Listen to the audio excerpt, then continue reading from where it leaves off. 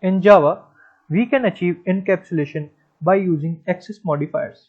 Different access modifiers determine where certain variables and methods can be accessed in your code. In other words, they allow you to restrict to the scope of a specific functionality in your program. The three access modifiers in Java are private, protected, and public. We use these keywords on a piece of a given class to give it a certain access or visibility level. Private variables and methods are only visible in the class that they live in. Protected variables and methods are visible to the package and all subclasses. Public members are accessible everywhere within the program. If no modifier is provided, it's only visible to the package it lives in. In the main class, the main method has public access modifier. In tree class, if we will see, these variables have default access modifiers. So I will be giving them as a private as of now. I'm defining them as private and let's see how they behave. So I'm giving all of them as private and I will be giving it as protected. Now I will move on to my main class and I will see like how these behaves.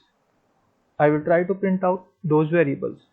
So let's access those variables I have defined as private in the main methods. I have defined my methods as public and now I will go to my main class and here I will try to access the value of my favorite tree, let's say tree type. So if you will see, these are showing as like I'm unable to access those values. They are not visible to me, but once I will try accessing the method, the public method that I have given here. So let's say I'm trying that method, so it will work for me.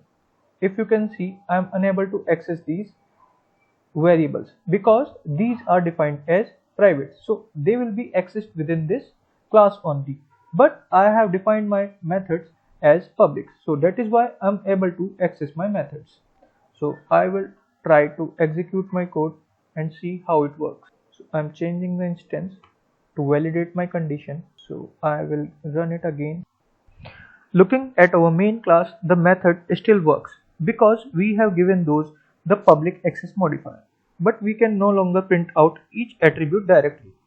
With our printouts, we directly access the tree type, height and trunk attributes.